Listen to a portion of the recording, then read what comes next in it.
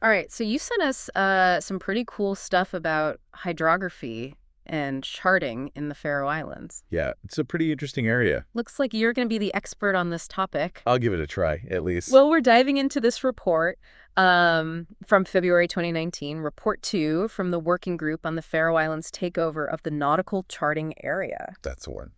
And just skimming through, I found out there are 68 hand-drawn Faroes harbor plans. Oh, yeah. That need to be digitized. Huge project. That's going to be a big one. Wow, like taking a time machine back to the days of ink and parchment and then launching those maps straight into the digital age. Yeah. But before we get ahead of ourselves, let's set the scene a little bit. Okay. Faroe Islands have a long history of hydrographic surveys, and Denmark played a major role in those efforts until the 1970s.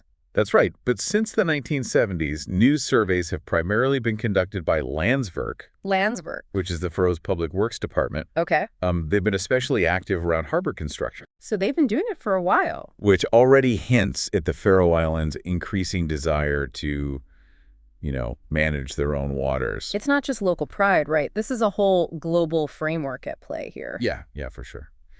So fill us in. So the International Maritime Organization. Okay, the IMO. Or IMO. Yeah. Has a convention called the Safety of Life at Sea. Okay. Which is often shortened to SOLAS. SOLAS, okay.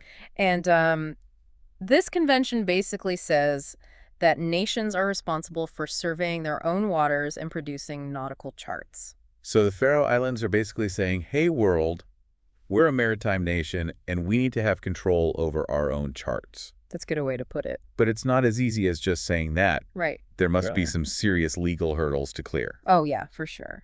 So what are we talking about here? So there's a complex legal framework in place, much of it inherited from Denmark. So Denmark's influence runs deep. Oh, absolutely. Even when it comes to the waters surrounding the Faroe Islands. I mean, it makes you wonder, is Denmark hesitant to let go of that control?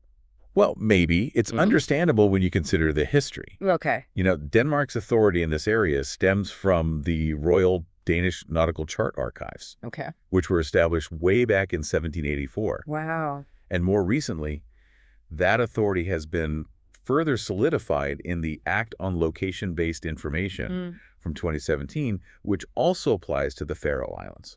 So even though the Faroe Islands are self-governing, right, Denmark still holds sway over matters of national security. Yeah. And charts are a part of that. They are. So who is in charge of this now? So the Geodata Styrelsen, okay, which is Denmark's mapping agency, currently has the exclusive right to produce nautical charts for the Faroe Islands. Okay. And they cite concerns about navigational safety, sure, national security, and the need for, uniform standards. It's interesting to think about how they enforced this back in the day. Oh, yeah. Did they have, chart police? Well, maybe not chart police. Okay. But they did have some interesting ways of asserting their authority.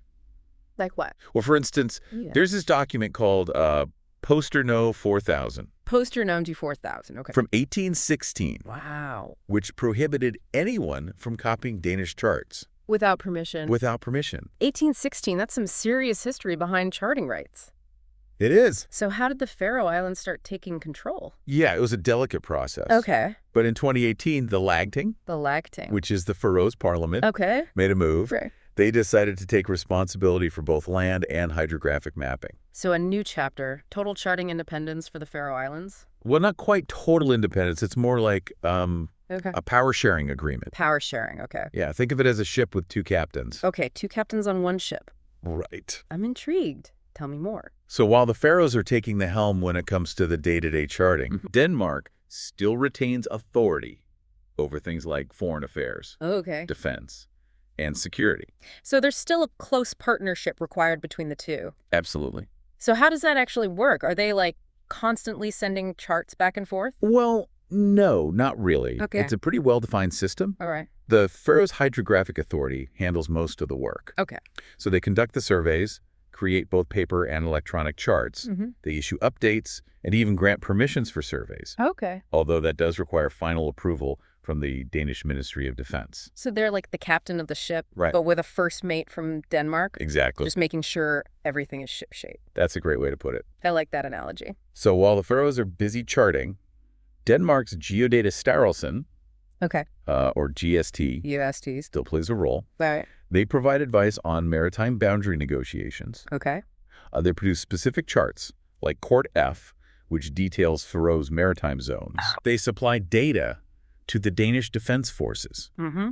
And they represent the Kingdom of Denmark in international hydrographic forums. So Denmark still has a hand on the wheel, even as the Faroe Islands are taking the helm. Yeah, you could say that. But the Faroes are definitely taking on a more active role, Absolutely. which reflects their unique political relationship. Yeah, it's a really interesting dynamic. Now, this is where things get really interesting. Okay. What happens when the Faroes want to, so to speak, sail into international waters? Right. Will their charts be recognized around the world? That's a great question. I think it is. So, even though the Faroes will be producing their own charts, Mm-hmm. for those charts to be considered official internationally, they still need to acknowledge the Kingdom of Denmark As the signatory to the Solas Convention. it's like having a cosigner on a loan. Exactly. Denmark's reputation's backing up the validity of the Faroes chart. Precisely. But this situation raises a question. What about the Faroe Islands' potential for independent membership in international organizations like the IHO That's a big one. And that would be a major step. towards asserting their hydrographic autonomy? Exactly. On a global scale. That's amazing. It would mean they could directly participate in setting international standards and collaborating with other nations on charting and maritime safety. So they're not just creating maps. Yeah. They're building relationships and establishing their own identity Absolutely. on the world stage. Exactly. It's about much more than just lines on a chart. Right. It's about asserting their presence and expertise on the world stage. But let's not forget about the challenges. Oh, yeah. What are some hurdles the Faroes Hydrographic Authority will need to overcome in this new era? Well, remember those 68 hand-drawn harbor plans? Yeah, the ones we talked about earlier. Digitizing those is estimated to take a full year. A whole year. At least. Wow, even for a team of qualified personnel. Even for a team of qualified personnel. That's meticulous work. But it's amazing to think about those maps and the stories they hold. It is. But that's not the only challenge, right? Right. There's also those outdated nautical publications. Oh, yeah. The Faroes Pilot Right. and Harbor Information for the Faroe Islands. Both from 1983. Wow, 1983. Imagine trying to navigate with a 40-year-old guidebook. I know navigation has changed a bit since then. A lot. Yeah. Updating those to reflect modern practices, technologies, potential hazards. It's a massive undertaking. It's a huge task, Yeah, but also a fantastic opportunity to showcase Faroes' expertise. I think so too. They're not just catching up, they're taking the lead. Exactly. It's a chance for them to really shine. Speaking of business, Okay. who benefits financially from all this charting work? Now you're thinking like an entrepreneur. Maybe. I don't know. So the Faroe Islands will actually have the ability to create their own distribution agreements for paper charts. Wow, so they could end their contract with Rosendals and start printing right there in the Faroe Islands. Yeah, made in the Faroe Islands. That's pretty cool. A real step towards self-sufficiency. Yeah, they're taking control of their destiny. But what about ENCs? ENCs. Electronic navigational charts, the digital files that modern navigation systems use? Right, right. I bet there are international agreements governing how those are distributed. Oh, absolutely. So ENCs are essential. Mm. And their distribution is currently managed through the UK Hydrographic Office, Okay, the UKH? the UKO, and the International Center for Electronic Navigational Charts, or ICENC. ICENC, got it. So the Faroe Islands will need to negotiate their own arrangements within this framework. So they could stay within the same network, Potentially. but operate independently, Right. setting their own prices and reaping the rewards. Exactly, like going from a franchise to owning your own store. That's a great analogy. I like that. And this control over pricing for their ENCs will allow the Faroe Islands to generate revenue from their hydrographic work. So better charts lead to more revenue, which leads to even better charts. You got it. And it all feeds into their growing autonomy and expertise. It really is a win-win. This is exciting stuff. It is. The potential is huge, and it'll be fascinating to see how the Faroe Islands utilize their newfound hydrographic independence. So what will they prioritize? Yeah, will they focus on uncovering hidden underwater features, developing cutting-edge navigational products? Using their data to support marine resource management and conservation. It's possible. The possibilities are vast. They are. And that's where you come in. Okay. You've gotten the inside scoop on the Faroe Islands' quest to map their own destiny, literally. It's a great story. It's a story filled with legal hurdles, international diplomacy. A lot of data. But you're not just an observer anymore. Yeah. You're equipped to understand it all. You're not just learning about the Faroe Islands charting journey, you're getting ready to understand the data they'll be gathering. And what it all means. Exactly. It's an exciting time to be following this story. And what it all means, it's fascinating to think about the data itself. Like what stories are hidden within those depths? Yeah, what mysteries are waiting to be unraveled. Ooh, this is where it gets exciting. It really does. It's like we're handing you a treasure map. Yeah, a treasure map. You're not just learning about the Faroe Islands charting journey, you're equipped to understand the data they'll be gathering. That's right, and what it all means. Okay, so walk us through it. So imagine those 68 hand-drawn harbor plans. The ones we mentioned. Each one is like a snapshot of a moment in time. Oh. They reflect the knowledge, the skills, even the artistic style of Faroe's mariners from generations ago. Oh, I can picture it like weathered maps, hand-drawn, passed down through families. Exactly. With little notes scribbled in the margins like, watch out for this rock, or best fishing spot. Yeah, best fishing spot this side of the islands. And by digitizing them, you're unlocking those stories and making them accessible to everyone. And it's not just about preserving history. This data can be used for all sorts of things. Oh, absolutely. Think about it, Give us some practical applications. Detailed harbor plans. They're like blueprints for safe navigation. Right. Efficient port operations.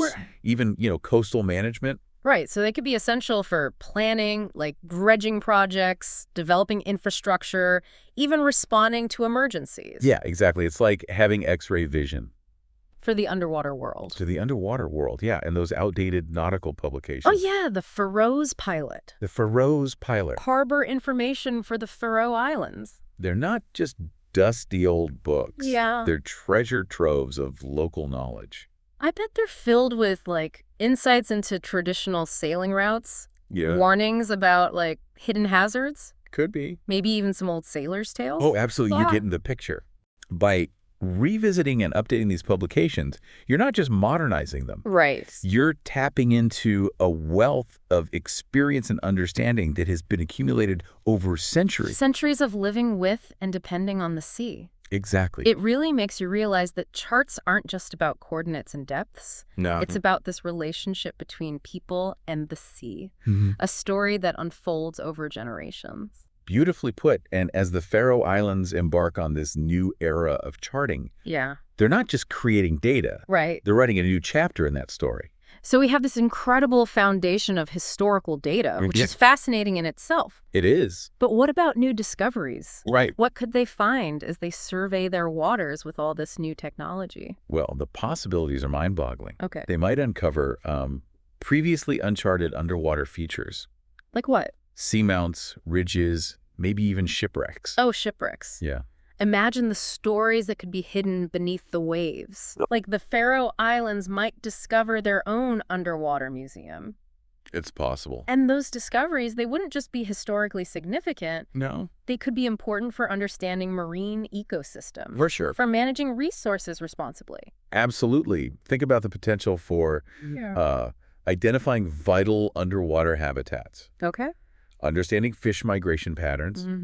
Even assessing the feasibility of renewable energy sources. Like tidal power. Like tidal power, yeah. This data could shape the future of the Faroe Islands. In so many ways. Let's not forget the potential for scientific breakthroughs. Oh, yeah. Detailed bathymetric maps which show the depth and shape of the seafloor can reveal a lot about geological processes. They can. Like tectonic plate movements or even evidence of past climate change. That's right. So it's not just about what's on the surface. No. It's about understanding the Earth's history. And the forces that have shaped our planet. As the Faroe Islands build their capabilities, they're creating a platform for scientific discovery and environmental stewardship. They're investing in their future. It's like they're giving us a whole new lens to view the world. And you, by going on this deep dive, are now holding that lens. I love that. And the best part is we're just beginning to see what this new perspective will reveal. The possibilities are endless. Okay, let's shift gears for a moment and talk about money. Okay. We touched on the Faroe Islands ability to generate revenue from their charts. Yeah? What are some economic benefits that might come from this charting independence? Well, as we discussed, being able to control chart distribution and pricing Yeah. opens up a new revenue stream. Right, and they can reinvest that back into hydrography. Exactly. Better charts lead to more revenue, which leads to even better charts. You got it, but the economic benefits go beyond just chart sales. Okay, like what? Accurate and up-to-date charts. Mm-hmm. They're essential for safe and efficient maritime transportation. And that's the lifeblood of the Faroe Islands. It is? They need those charts to keep their fishing, aquaculture, and maritime trade thriving. Exactly. Improved charting can lead to things like optimized shipping routes, Okay. reduced transit times, Uh-huh. and enhanced safety. So better charts equal a stronger economy. Yeah, a win-win for everyone. And let's not forget about tourism. Right. Detailed charts and those nautical publications Yeah. could attract recreational boaters, divers. Yeah, anyone looking for an adventure. Explore the hidden wonders of the Faroe Islands with our new, locally produced charts. Exactly. It's a whole new marketing angle. And by showcasing their hydrographic expertise, Right. they can position themselves as a leader in marine research, And innovation. which could attract investment and partnerships. For sure. So it's not just about the charts, it's about the ripple effects. Yeah, it's a strategic move. With the potential to benefit the Faroe Islands in so many ways. It really is. It's about creating a sustainable and prosperous future for the islands. Built on a foundation of knowledge. And a deep understanding of their marine environment. Okay, so with all these opportunities, Yeah. must come a lot of responsibility, right? Absolutely. With independence comes the responsibility to manage their resources wisely. And sustainably. Yeah, the decisions they make now will have a lasting impact. So those international collaborations and partnerships we talked about Right. become even more crucial. They do, by sharing their knowledge, collaborating on research projects. Contributing to international standards. The Faroe Islands can become a valuable player in addressing global maritime challenges. Challenges like climate change, sea level rise, ocean acidification. Big ones. These are issues that no nation can face alone We need global cooperation to find solutions. and protect our oceans for future generations. And the Faroe Islands, with their unique location and expertise, Right. can be a vital partner in this effort. They have a lot to offer. It's a reminder that even as they assert their independence, they're also becoming more interconnected with the global community. It's a good point. They're not just charting their own course. Right. They're helping to chart a course for the entire planet. It's a wonderful example of how a nation can balance self-reliance with global responsibility. It's a testament to the power of knowledge and collaboration. Yeah, You've been on quite a journey with us. it has been a journey. I've delved into the history, the legal framework, Complicated. the economic opportunities, the scientific potential. It's exciting. You're practically an expert now. Well, maybe not an expert, but I have learned a lot. The big question is, what does all this mean for you? That's the question, isn't it? How can you apply this knowledge? It's not just about fascinating facts. No. It's about empowering you to engage with this topic. And that's what's so exciting about this deep dive. Mm-hmm. It's giving you the tools to understand not just the charts, Right. but the context, the forces that shape them. And the potential they hold. You're not just reading a map, you're reading a story. A story about the Faroe Islands, about the relationship between people and the sea. About the challenges and opportunities of the 21st century. And you can participate in that story. With that understanding, you can evaluate new discoveries, Yeah. assess the impacts of decisions. Contribute to conversations about the future of the Faroe Islands. You've got the knowledge, now go explore. It's like we've given you a key to unlock a whole new world. A world where you can navigate not just the seas. But the complex systems that shape our planet. And the exploration has just begun. What will you discover? What connections will you make? What insights will you uncover? It's up to you. We've given you the map. Now go chart your own course. You know, as we're wrapping this up, Yeah. there's something I've been thinking about. Okay.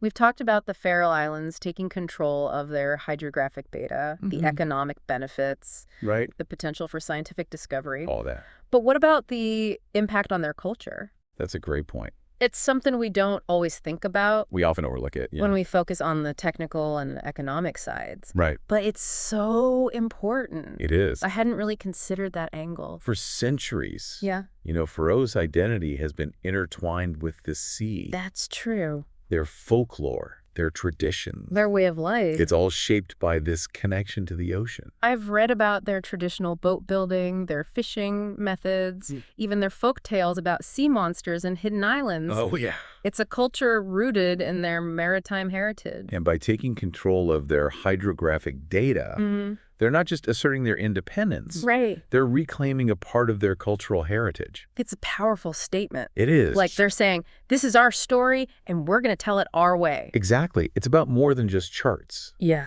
It's about understanding the stories, the myths woven into these waters. So as they map the seafloor, they're also mapping their cultural identity. It makes you wonder how this will influence Faroes' art, Literature. music, even their approach to education. Tourism. The possibilities are endless. Will we see a resurgence of seafaring songs inspired by new discoveries?